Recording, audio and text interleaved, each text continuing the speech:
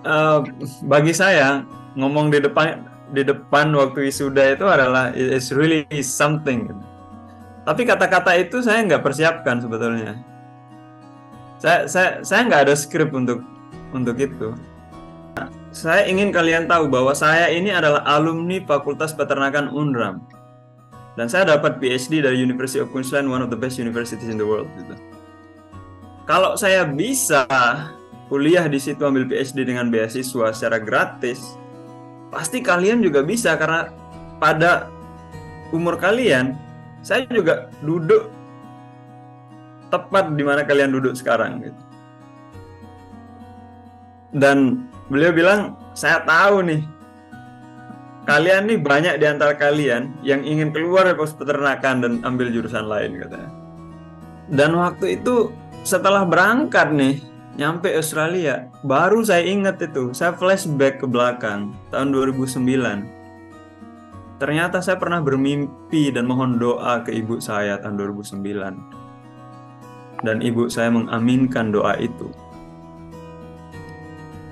Tahun 2016, 7 tahun setelah itu, saya berangkat dan alhamdulillah menginjakkan kaki di University of Queensland sebagai mahasiswa S2.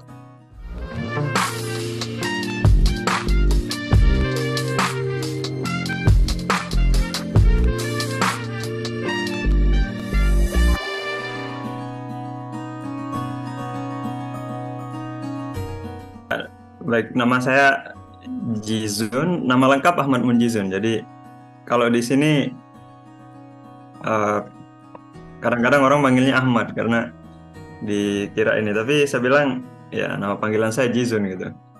Oh, it's weird ya. Em, saya dari Desa Batunyala, Kabupaten Lombok Tengah, Nusa Tenggara Barat. Ya, dibesarkan di situ seperti yang saya bilang di video ya, saya dibesarkan sebagai anak seorang petani, peternak. Ya, jadi waktu kecil saya terbiasa ngurus kuda, ngurus sapi, ngurus ayam gitu. Ya, it's kind of a thing. Um, nah, saya sekolah di situ di Lombok Tengah sampai SMA Aliyah, kemudian masuk Universitas Mataram, lulus tahun 2014 dari Unram, Fakultas Peternakan, dan alhamdulillah dapat beasiswa LPDP ke University of Queensland untuk S2. Selesai 2017 Desember. Habis itu apply beasiswa Fulbright. Alhamdulillah berangkat Juli 2019 dan wisuda kemarin.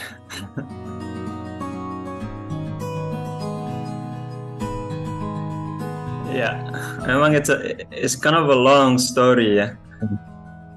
Dari kecil sudah beternak, dari kecil sudah sayang sama hewan. Um, and yet, waktu itu sebetulnya saya pengen jadi guru matematika awalnya. Gitu. Saya suka matematika, saya suka logika berpikirnya gitu. Ya gitulah. Um, waktu SD, SMP, Sanawiyah, Aliyah gitu, sering ikut lomba Olimpiade Matematika gitu. Walaupun nggak selalu menang sih. Em, nah, sebenarnya nggak kepikir karena saya sendiri nggak tahu eh, jurusan peternakan itu ada awalnya gitu. Ya, I'm not a, frankly speaking, I'm not a visionary kind of person gitu. Jadi all I knew about dreams that time, whether you want to be a doctor, you want to be a pilot, or, you know, guru gitu, PNS, that's all I knew. Nah, waktu sebelum kelulusan SMA dulu kali ya, itu ada kayak flyernya Fakultas Peternakan Unram. Itu kayak seolah-olah mendarat di situ di Man Satu Praya. Sekarang Man Satu Lombok Tengah gitu. Nah, itu saya ditawarin sama guru waktu itu. Ayo nih kamu eh, ambil nih jalur khusus Fakultas Peternakan nih, potensi katanya. Jadi waktu itu saya eh, 5 orang, ada kalau nggak salah ya 5 orang berlima dengan teman saya waktu itu yang ambil itu semuanya keterima, cuma saya ngambil gitu. Nah, kenapa saya ambil? Nah, akhirnya I ended up studying at the Faculty of Animal Science gitu. Itu karena ya awalnya karena memang nggak keterima di matematika gitu. Em, nggak keterima di matematika jalur khusus maksudnya. Karena waktu itu saya emang nggak mau ambil senam PTN. Salah satu alasannya adalah waktu itu saya lagi sakit juga.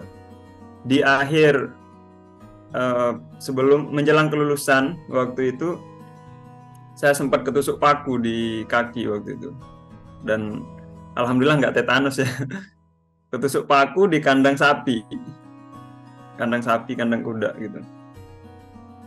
Akhirnya collapse, 1 bulan nggak bisa jalan. Ini udah waktunya mau senam PTN dan seterusnya gitu.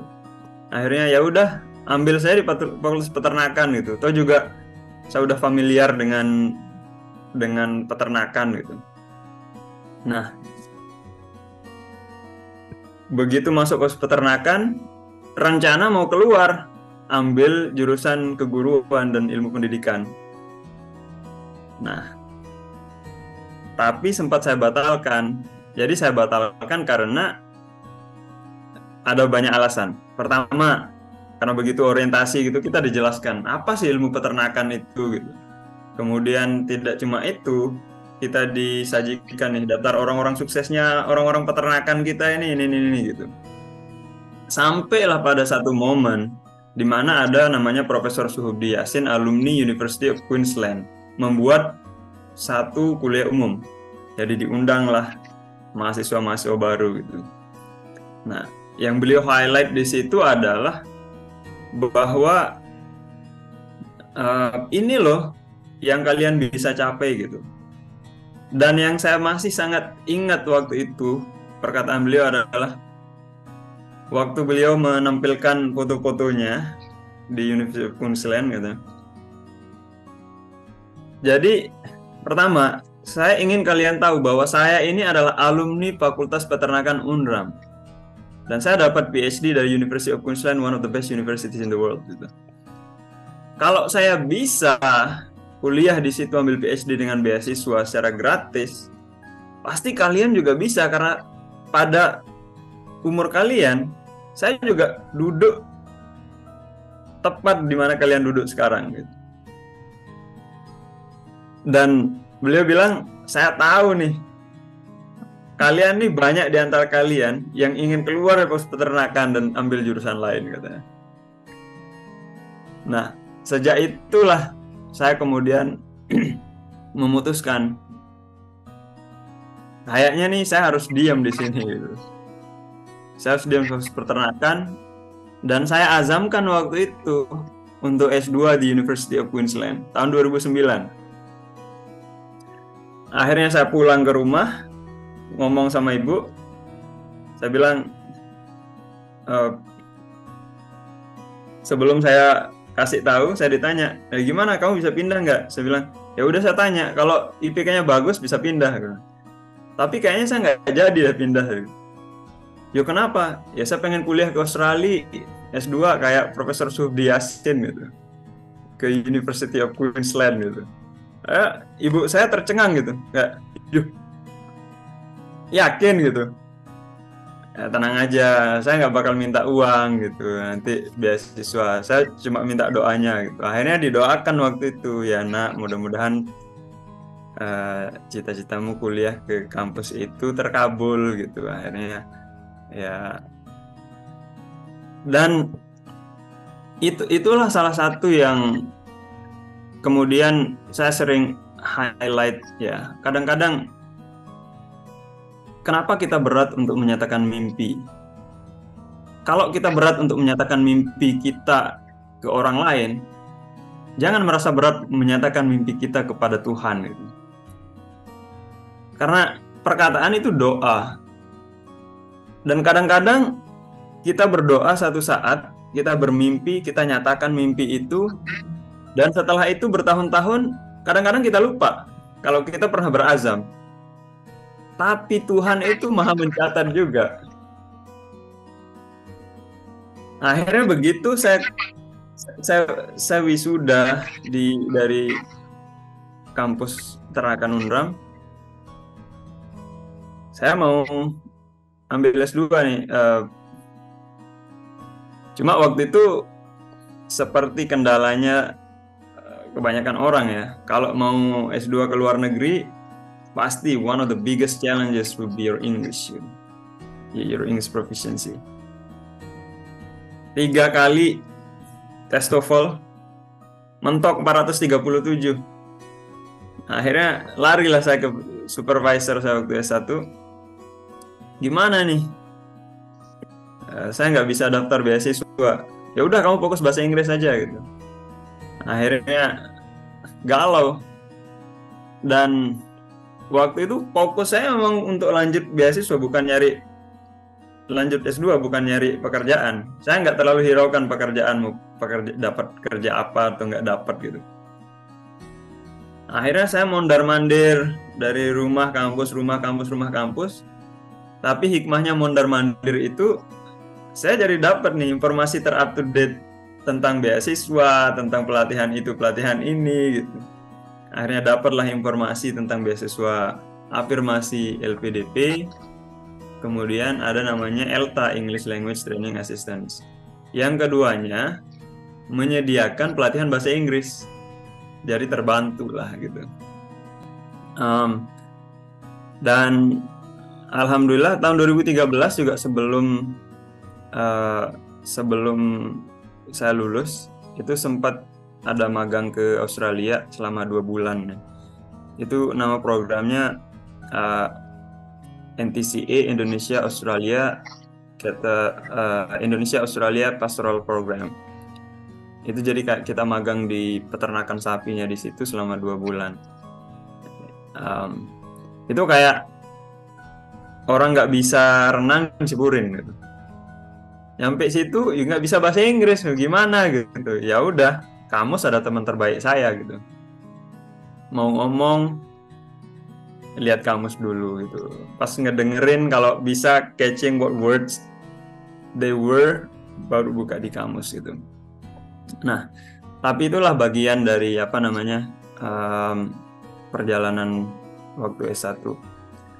Dan bagi saya satu achievement itu adalah menjadi sebuah tangga bagi achievement-achievement yang lainnya.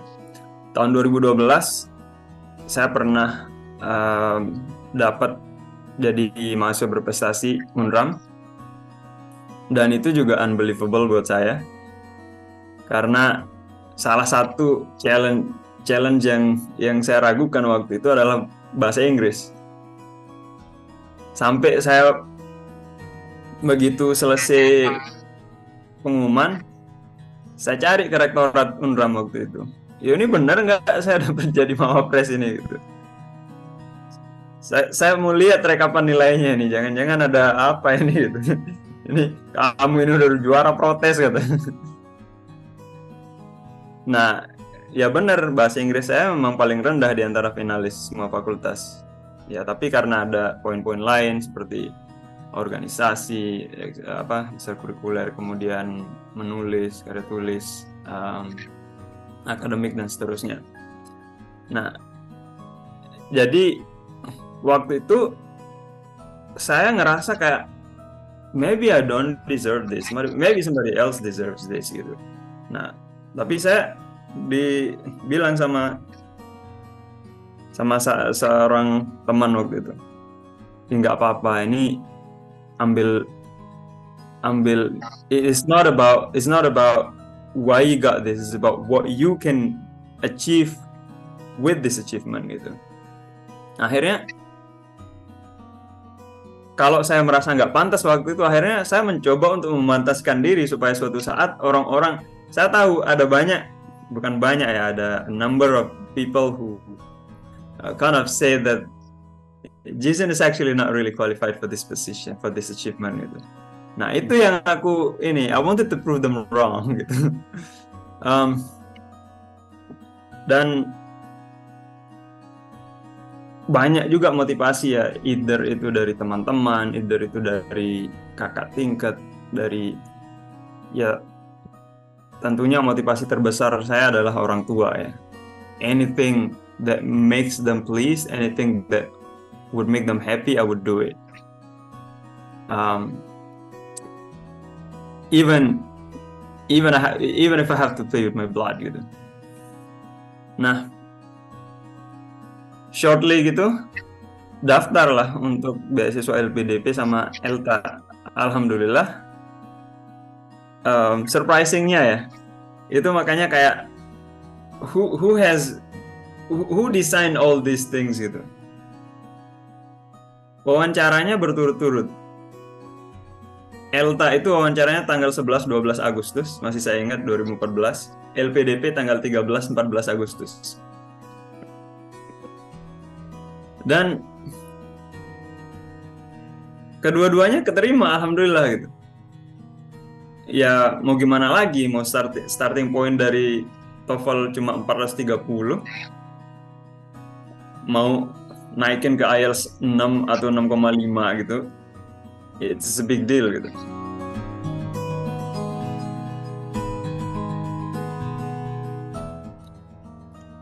Nah, apakah semudah itu juga keterima beasiswa LPDP? Ya itu juga ada story behind that gitu. Saya juga dibombardir waktu wawancara gitu. Nah, yang menarik juga, waktu ingin S2 itu juga masih selalu ada kata ragu dengan jurusan yang saya ingin ambil gitu ya.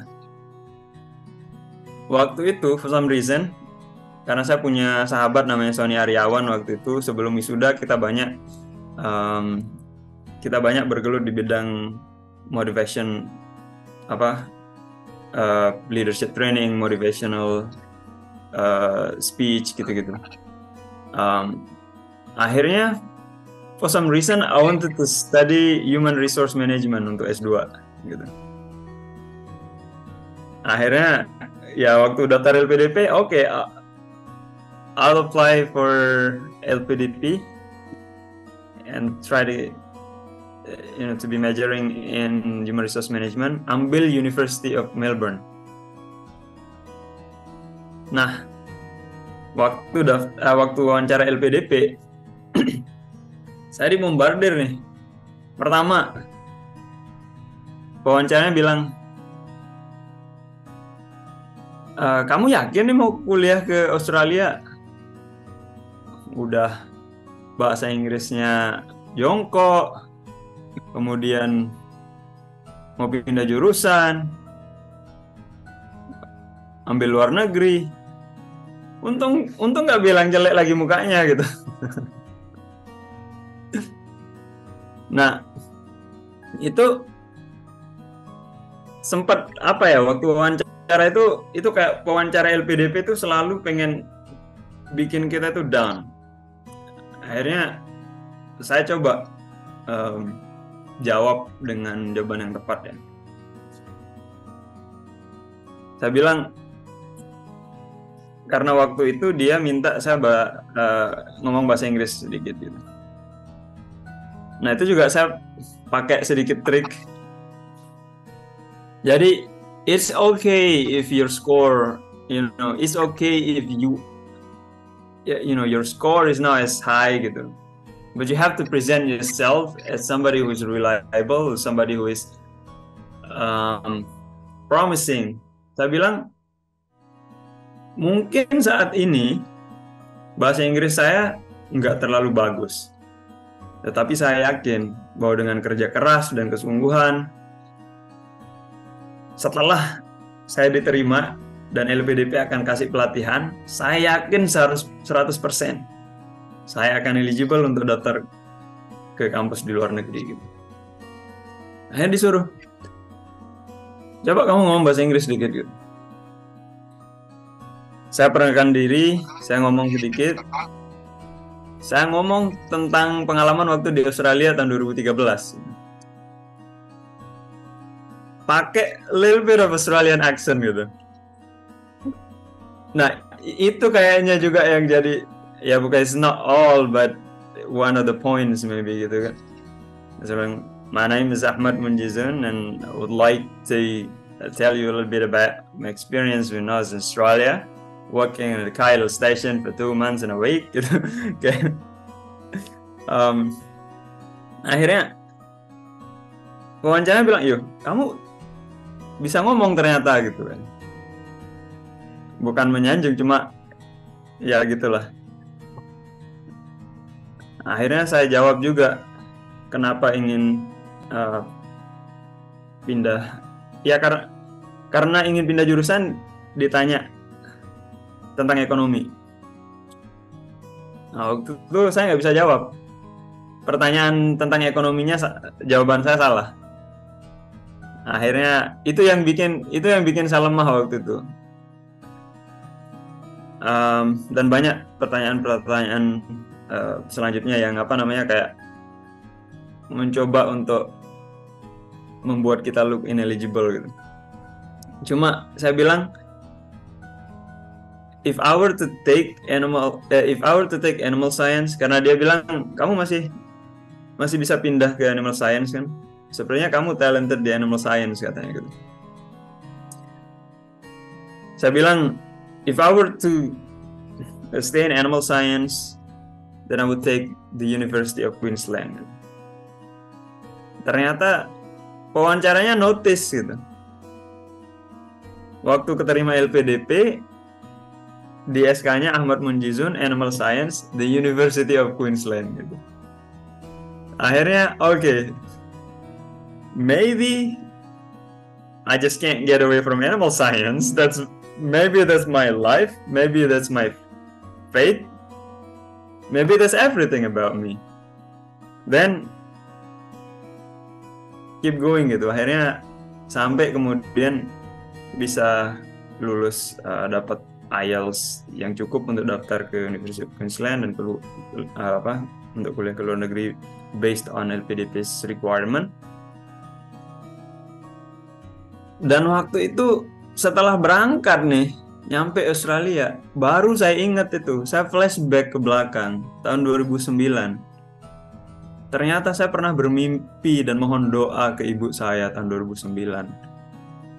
Dan ibu saya mengaminkan doa itu. Tahun 2016, 7 tahun setelah itu, saya berangkat dan alhamdulillah menginjakkan kaki di University of Queensland sebagai mahasiswa S2. And the story didn't stop over there. When you were about to finish your master's, either the question comes from within you and the question also comes from your friends, your families, what's next? Akhirnya saya coba untuk menemukan jawabannya. Ya kalau saya sekarang sedang berada di Southern Hemisphere of the world, saya pengen ke Northern Hemisphere, yaitu Amerika gitu. Saya bilang, oh nanti saya ambil PhD ke Amerika gitu. Dan itu just like that. I didn't care about what can bring me over here. I don't care about what scholarships I would be applying. The only thing I knew was I wanted to come here.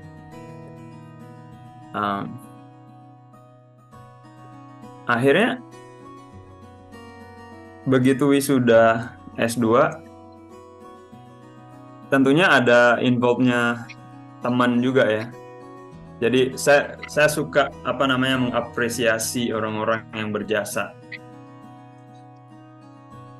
Walaupun kelihatannya smooth atau kelihatannya ini ya, itu yang kelihatan di sosial media tentunya ya. Kelihatan nothing, no problem, no challenges, everything going smoothly. Saya orangnya itu ada challenge procrastination.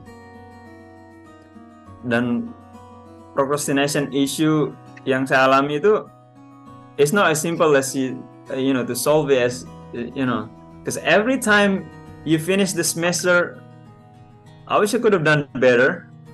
Maybe if I would have started studying a little bit earlier, I would nail it more, even better. But that's not the case.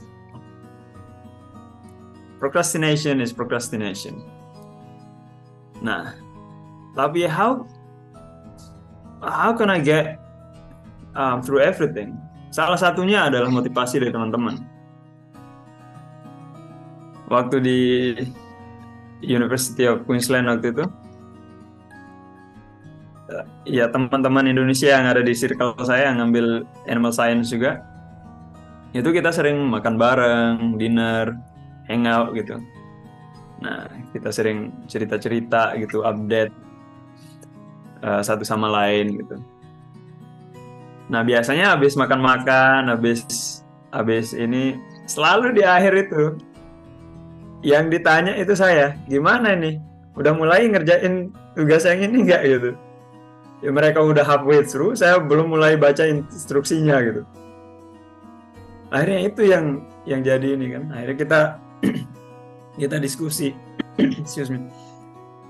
Timeline-nya mestinya tanggal ini sudah ngerjain ini, tanggal ini sudah beres yang ini, dan seterusnya gitu. Itulah juga yang mendorong gitu. Sampai pada satu waktu proposal itu deadline-nya 2 hari lagi, 2 atau 3 hari lagi gitu. Salah satu teman saya yang saya bilang tadi di circle saya tuh tanya, gimana kamu proposal? Oh, belum, aku bilang, baru mulai. Ibu, ini kan 2 hari lagi. Gitu. Marah lah, teman saya marah.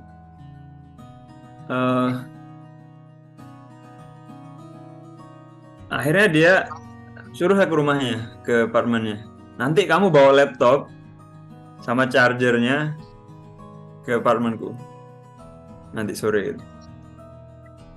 Don't worry about food gitu. Akhirnya saya ke situ, saya di login. Saya nggak boleh keluar kalau proposal saya belum jadi.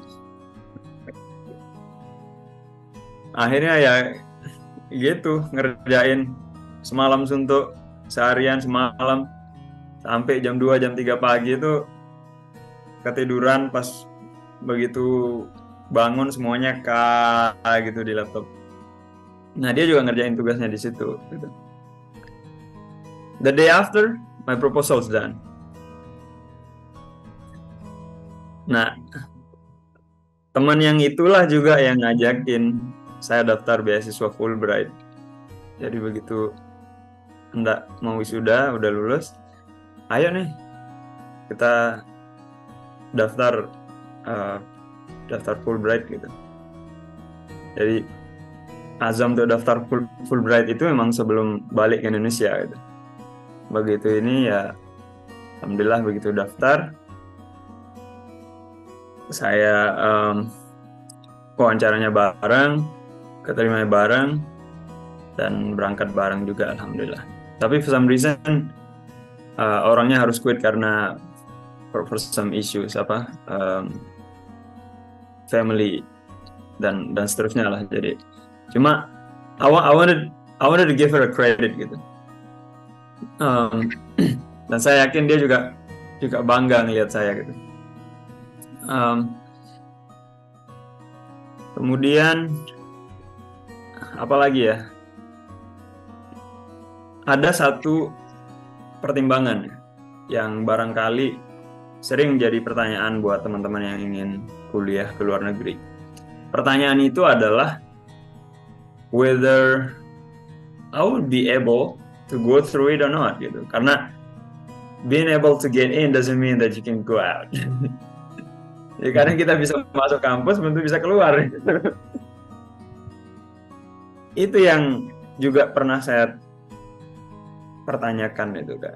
Misalnya waktu S1 ya saya nggak terlalu banyak bergelut di bidang lab, di bidang penelitian dan seterusnya, walaupun saya juga ada penelitian, tapi saya bukan researcher amat gitu waktu S1 gitu. Akhirnya saya mikir, saya nggak banyak skill lab, gimana bisa S2 gitu. Nah, bingung. Akhirnya I just put it aside gitu, nggak usah pikirin gitu. Kalau aku pikirin, jadi nggak jadi. Ya udah, just do whatever I have to do right now and keep going. And then if there is some skills necessary on the way, I can take a training. I can, ask somebody to explain me, or there always gonna be a solution to every single problem. Sama begitu begitu waktu mau S3 juga sempat ada pertanyaan pribadi ya dalam hati saya. Ya gimana nih? Mahasiswa S3 itu harus punya thousands atau a bunch of lab skills, a bunch of this skills, bla bla bla gitu. Pertanyaannya adalah, apakah saya mesti langsung apa enggak gitu? Apakah saya mesti nyari kerjaan dulu, nunggu baru daftar beasiswa, atau gimana gitu? Ya hati kecil saya mengatakan langsung saja. Salah satu yang bikin saya yakin waktu itu adalah, biasanya kalau saya making decision itu saya kasih tahu orang tua, dan orang tua itu mengiyakan dan mendukung, itu saya akan keep going. Maksud saya akan lebih yakin. Begitu, ini ada satu momen waktu baru nyampe rumah pulang dari Australia. Aisyah nanya, kamu rencana apa jadinya habis ini? Aku bilang mau PhD di Amerika, bah. Oh gitu. Malamnya itu orang tua saya ada acara, dan dia giving a speech. Dan di akhir pidatonya minta doa ke masyarakat, ke audience, ke hadirin. Jadi anakmu ini baru pulang dari Australia sekolah S2, alhamdulillah, dan akan berangkat ke Amerika untuk sekolah S3. Itu hari pertama saya nyampe di Indonesia, belum saja daftar beasiswa apapun waktu itu. Akhirnya saya angkat kepala, yuk. Ini belum daftar beasiswa udah diumumin mau berangkat ke Amerika gitu. Akhirnya ya udah, azamkan lagi, tekadkan gitu. I took it really seriously gitu. Nah, begitu keterima beasiswa Fulbright, itu juga masih ada challenge gitu.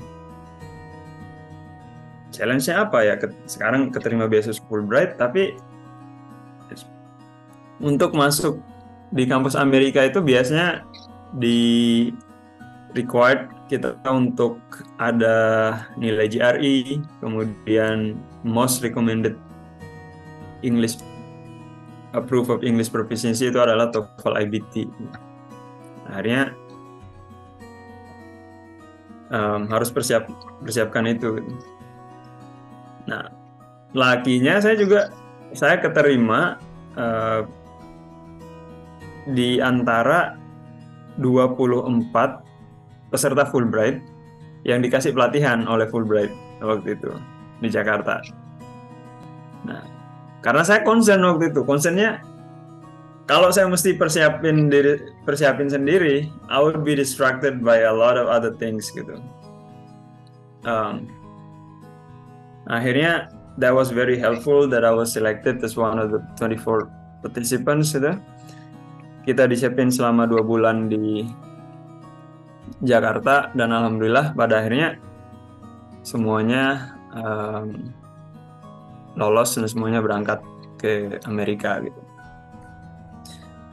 Ya tentunya dengan dengan lika-liku perjuangan sebagai mahasiswa S3 gitu ya. It's not a one night thing gitu. You're gonna have to go through everything. Jadi kalau PhD di sini tuh Itu kombinasi coursework dengan research. Jadi dari 72 credit hours atau SKS yang harus kita lalui itu sekitar 9 itu untuk research, selebihnya itu adalah coursework gitu. Ya tentunya ada banyak pengalaman yang tak terlupakan ya. Jadi kenapa saya juga sangat excited untuk kuliah ke Amerika, kuliah ke luar negeri gitu. Tidak cuma secara akademik kita gain something, tetapi juga secara social experience gitu, got to be exposed to the local cultures here. Dan alhamdulillah, I think I did really well in socializing. I got a lot of friends who were both locals and international gitu. Dan bisa saya imbangkan gitu. Kemudian, other than that, things about problem solving, kemudian gimana kita supaya belajar jangan menyerah, pantang mundur gitu. Karena ada banyak tentunya challenges, problem gitu ya yang if you are not strong enough, I mean everybody can be strong, but it depends on how you look at it gitu. Ya nggak heran sekarang ada banyak mahasiswa yang bunuh diri misalnya dan seterusnya gitu. Di Amerika it's pretty common nowadays, people who end up having a suicide. Jadi tapi barangkali Indonesians I don't think they're really prone or fragile untuk itu ya.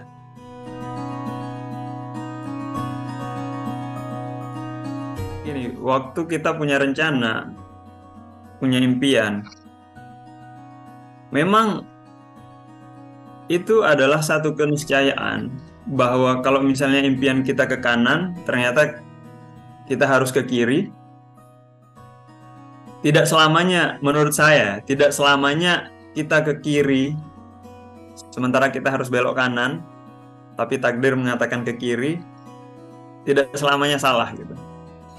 Saya ingat perkataannya Steve Jobs gitu. Dia menyebutnya sebagai connecting the dots gitu. Jadi ketika kita gagal untuk mendapatkan apa yang kita rencanakan, ternyata kegagalan itu akan mendatangkan chance untuk keberhasilan yang justru lebih besar.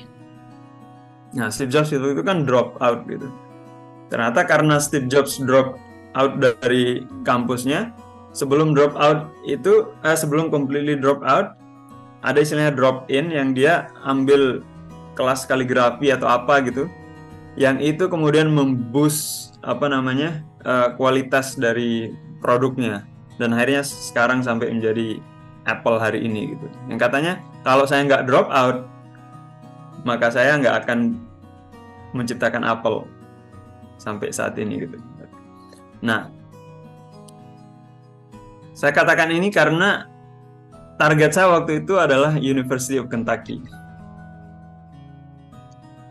All I knew about animal science, equine science, yang ada program equine science-nya bagus adalah University of Kentucky. Pertama, Kentucky itu sendiri adalah horse capital of the world. Kemudian University of Kentucky itu sendiri punya satu research center yang namanya Gluck Equine Research Center. Itu khusus untuk meneliti tentang kuda. Tapi apa? I was merely rejected. Dan rejection-nya itu kata-katanya pedih gitu. Nggak ada kayak biasanya kan, we regret to inform you that bla bla bla bla. Ini rejection-nya itu di email saya bilang, we are writing to inform you that your application was rejected gitu. Akhirnya oke, berarti we'll find another solution itu. Akhirnya salah satu reason kenapa saya taruh North Carolina State University, padahal I had no idea what NC State was. Itu adalah anaknya Profesor Sudi Yasin yang menginspirasi saya untuk ke Australia waktu itu. Beliau adalah alumni Fulbright yang kuliah di North Carolina State University. Akhirnya saya tahu namanya NC State University. Akhirnya saya cari tahu nih apa punya equine program atau enggak gitu. Ternyata punya. Oke, taruh. Gitu. Dan ternyata saya keterima di situ. Dan ternyata lagi dosen pembimbing saya di NC State University itu adalah former studentnya profesor yang saya hubungi, yang saya propose untuk S3 saya di University of Kentucky. Jadi oke lah, aku nggak dapat profesor yang di Kentucky, aku dapat former studentnya itu. Dan I believe gitu, everything that's kayak katanya apa ya, takdir terbaikmu adalah apa yang terjadi hari ini gitu. Jadi no otherwise gitu. Dan saya bilang juga ke advisor saya karena saya bilang I was honest to her. Nah, actually this is my fourth choice gitu. Tapi saya bilang, but I figured out that this is actually the best decision ever for my PhD gitu. Karena advisor saya sangat accommodating, kemudian membantu dan seterusnya gitu. Barangkali itu sih ininya. Dan ternyata NC State University itu adalah kampus yang mengeluarkan invented SAS. Itu program software untuk statistik gitu.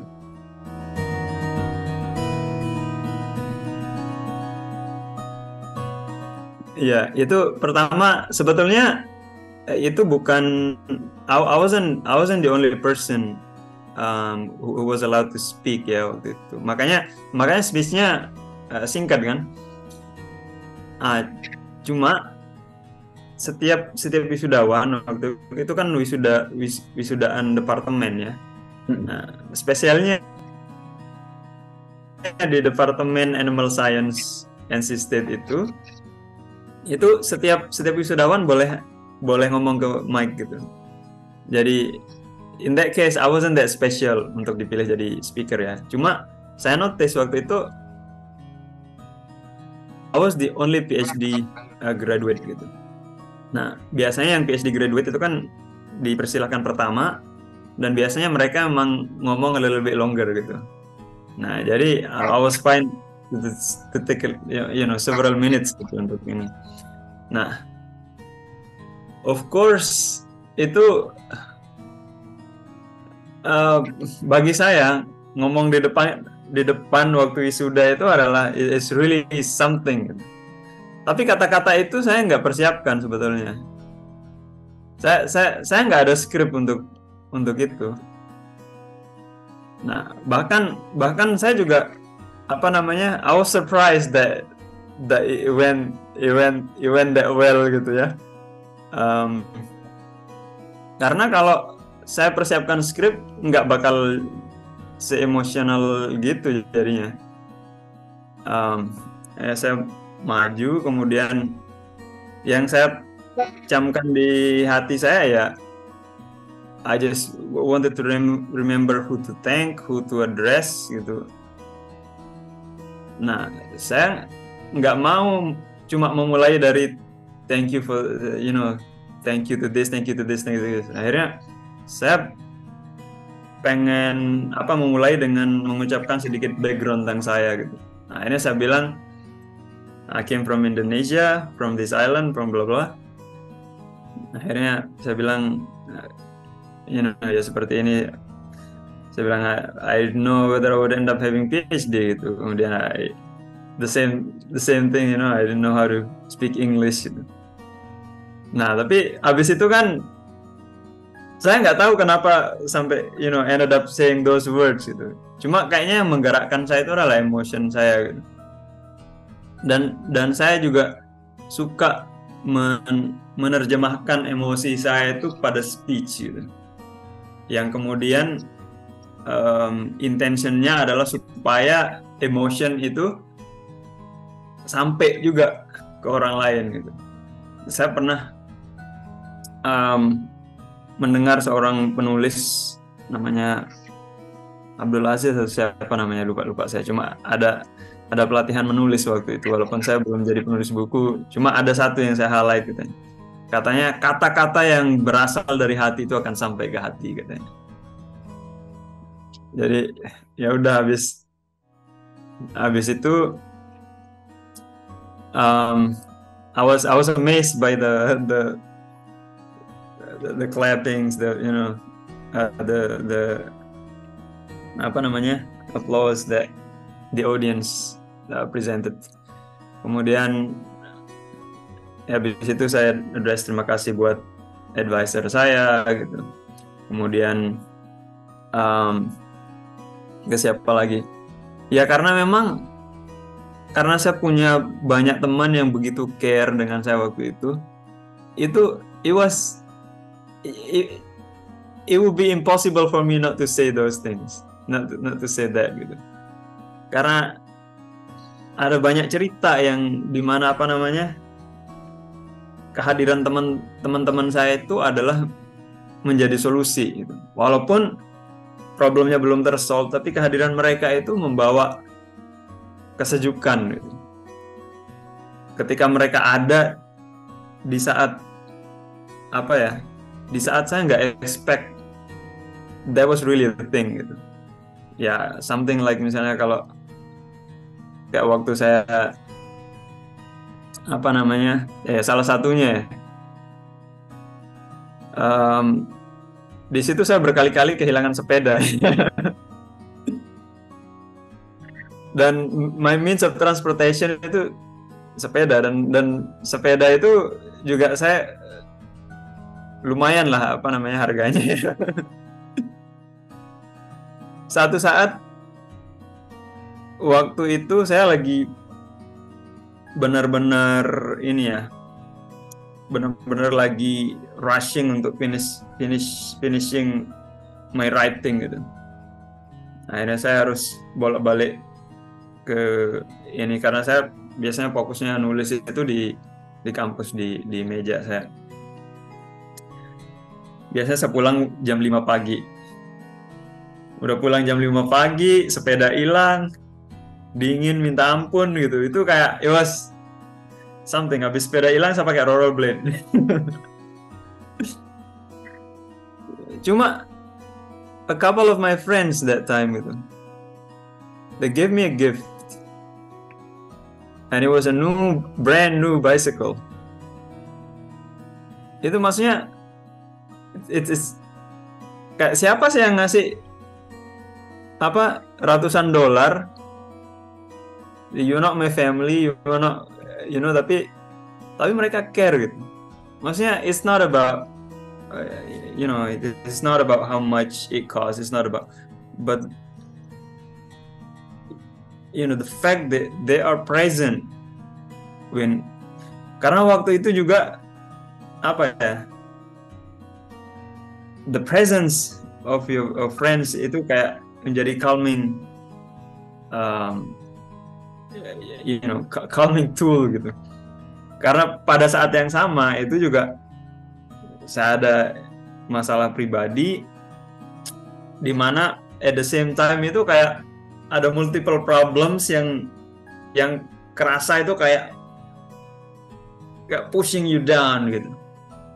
Dan itu kayak sampai saya waktu itu pernah nangis depan advisor saya. Sampai saya nangis gitu. Makanya advisor saya benar-benar tahu lah siapa saya gitu. Dan sampai segitunya gitu. Dan saya pikir it's impossible for me not to say thank you for in this special moment gitu. Kemudian itu kan wisuda itu juga adalah wisuda kedua setelah wisuda di universitas gitu. Jadi memang udah apa ya? Sebetulnya saya capek banget waktu itu. Jadi di speech itu saya udah capek, udah agak dehydrated gitu. Dan satu lagi gitu, yang bikin saya emosional itu adalah memang I wish that my mom and dad were there gitu. Karena apa ya? This is a big thing for me and they're for some reason I couldn't bring them here. Akhirnya itu juga apa namanya sebelum bicara di depan itu kayak udah sebenarnya udah mulai emosional gitu. Begitu masuk, begitu maju ya udah. Kayaknya saya heran habis acara wisudanya orang-orang it was such a nice speech gitu. Itu kayak akhirnya saya coba cari recordingnya, ternyata teman-teman yang hadir di situ juga nge-record, terus ada recording dari kampus juga. Dan ya udah, ini apa namanya, I think it became one of my best moments in my life gitu.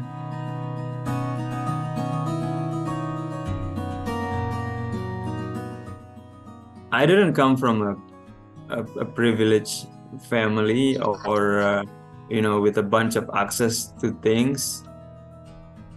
Bahkan sampai SMA, sampai lulus S1 saja saya masih banyak blank tentang what's going on gitu.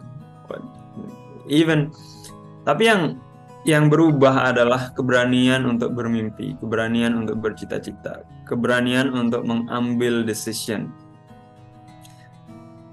Seperti yang Mas Aditya bilang tadi juga, kita punya banyak potensi, dan itu yang sekarang saya juga concern. Melihat potensi adik-adik kita di Indonesia, terutama di daerah ya. Ada banyak sekali mereka yang sangat potensial, yang talented, yang itu kalau nggak diolah, kalau nggak diasah, maka mereka akan go in the wrong way. Tapi yang menjadi masalah adalah we are the products of our environment. Environment kita inilah yang kemudian membentuk kita menjadi who we are right now. Tetapi sekarang seberapa resisten kita terhadap environment, cuma ada sedikit anak atau sedikit orang yang resisten terhadap environmentnya. Yang terjadi sekarang adalah di mana kita, ya ini, this is a common thing gitu. Kita itu dibentuk jadi orang yang takut bermimpi. Dreaming is free and everybody knows that. Kadang-kadang kita takut mengutarakan impian kita, takut mengutarakan keinginan kita. It's actually free. Itu yang saya nggak habis pikir kadang-kadang. Kenapa kita merasa burden gitu? Kalau cuma untuk mengutarakan apa sih yang kita pengen gitu. Saya sama sekali waktu saya bilang saya ingin kuliah ke Australia, if I were to be asked, what quality do you have to bring you over there? Nothing at all. Tapi karena saya tahu mimpi itu adalah gratis dan mengucapkannya juga sangat mudah. Scientifically speaking, our tongue, lidah kita itu adalah organ dengan otot terkuat di tubuh kita gitu. Tapi either you can use it to say a good thing or to say a bad thing. Nah, banyak orang-orang yang mengatakan it's so good to be true for me, atau it's it's impossible gitu. Rather than saying I am possible gitu. Seperti yang saya bilang itu, kalau bahasa Arabnya al-kalamu du'aun gitu. Nah, saya juga suka suka quote-quote yang berbahasa Arab juga ya. Perkataan itu doa. Jadi either kita tulis, either kita ucapkan, kita ceritakan, itu biarkanlah bumi dan langit itu mengaminkan. Malaikat akan mengaminkan. Niatkan supaya langkah itu, achievement itu adalah sesuatu yang akan membuat orang tua kita senang, orang tua kita bahagia. Niatkan supaya dengan itulah nanti kita akan bisa memberi manfaat, kita akan menjadi orang yang bisa menebar kebaikan orang lain, berkapasitasi supaya ranah pengabdian kita menjadi lebih luas.